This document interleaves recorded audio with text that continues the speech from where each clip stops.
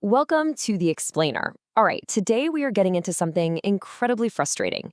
We're talking about the tax nightmare for anyone who lost money in a crypto bankruptcy like FTX or Celsius.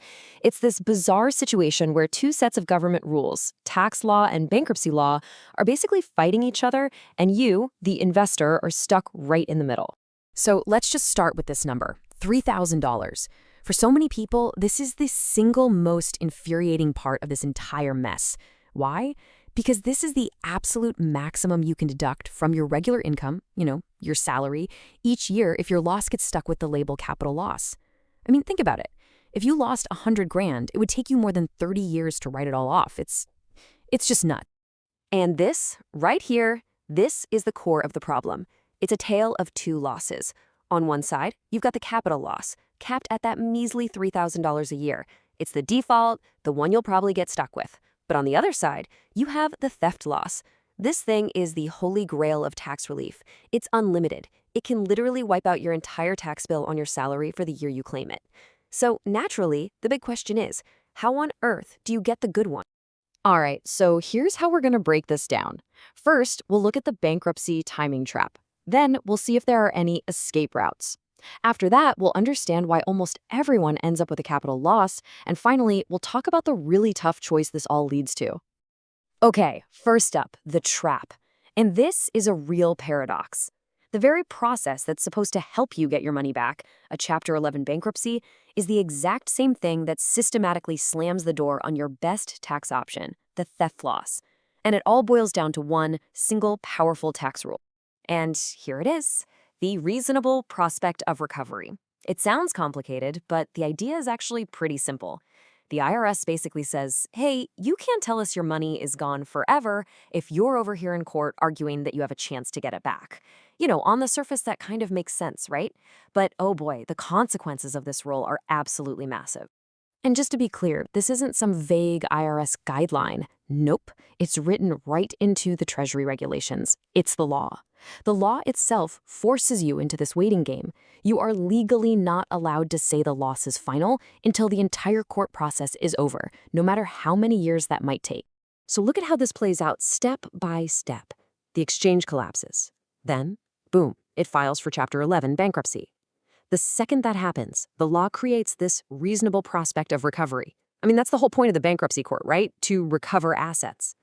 But that single action, which is supposed to help you, instantly blocks your ability to claim a theft loss.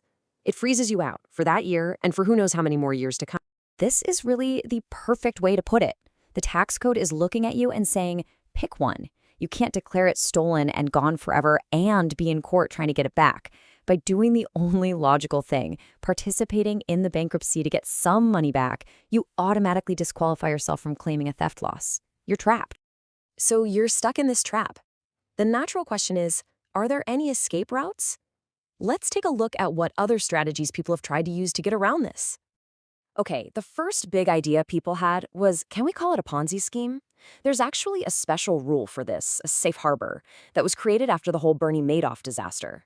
The entire point of it was to give victims a way to get tax relief fast, without having to wait for a decade-long bankruptcy to finish. Yeah, but here's the problem. That Ponzi scheme door is tiny. The rules are super, super strict.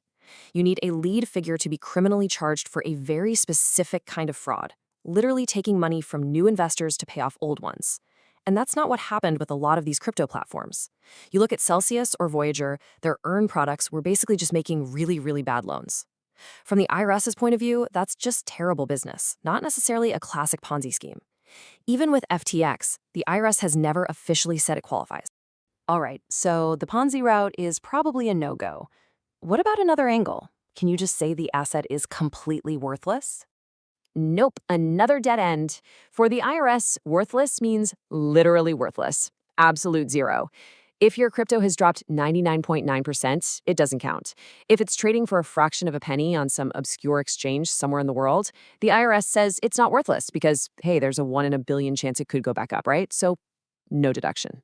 Okay, that brings us to the last option. And this one is the most extreme by far. It's the nuclear option. What if you just abandon it? What if you formally walk away from your claim and your assets? This is a real high-risk, high-reward gamble. To make this work, you have to prove you actively threw the asset away. You can't just ignore the emails from the bankruptcy court. You have to take a real affirmative step. But here's the massive catch. You have to give up 100% of your right to get anything back. So, if a year later the bankruptcy court manages to recover, say, 50 cents on the dollar for everyone, you get zero, nothing. You walked away. So when you look at it, all the escape routes are either blocked off or just way too risky for most people. And that means the bankruptcy process just naturally pushes almost everyone down the exact same path. And here's what that path looks like over time. In year one, the exchange collapses. It feels like a theft, right? But you can't claim it because of that prospect of recovery. Then for the next few years, the bankruptcy case just grinds on. Nothing happens for you tax-wise. Finally, maybe in year 4 or 5, the court approves a final payout plan. The moment that happens and you get whatever pennies on the dollar they recovered, that's when the deal is closed in the eyes of the IRS. And what started as a theft is now officially a capital loss. This table really breaks it down. Trying to claim a theft loss means you're filing a Form 4684. Tax pros call this an audit magnet for a reason. The IRS is going to scrutinize it heavily. But if you just wait it out, you end up with a simple capital loss on your Schedule D, which is totally standard. The key takeaway here is that the entire bankruptcy system seems almost perfectly engineered to block the theft loss and force you into the capital loss. So where does this leave you?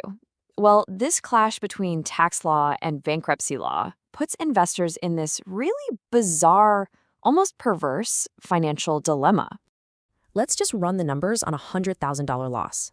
If you abandon your claim, you might get a theft loss. At a 37% tax rate, that's 37 grand back in your pocket from the IRS. Real cash, today. But your recovery is zero. Now, what if you wait? Let's say the bankruptcy recovers 50 cents on the dollar. You get $50,000 back. The tax benefit is way, way smaller, but your bottom line, you're way better off. It's crazy, but waiting for the bad tax outcome is often the better financial move. So here's the key takeaway.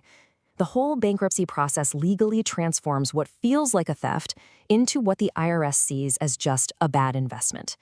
By waiting for the court to give you a piece of your money back, you're playing the role of a creditor, and that seals the deal. For tax purposes, it wasn't stolen, it was just a loan that went bad. And all of this leaves us with one final big question. When your investment is stolen, should the bankruptcy process be the thing that decides your tax outcome? You've got this huge disconnect. Bankruptcy law is supposed to help you. Tax law is supposed to be fair. But here, they clash, and the system designed to give you justice actually ends up limiting your financial relief. It's a fundamental problem, and investors are the ones paying the price. Thanks for watching D-Explain.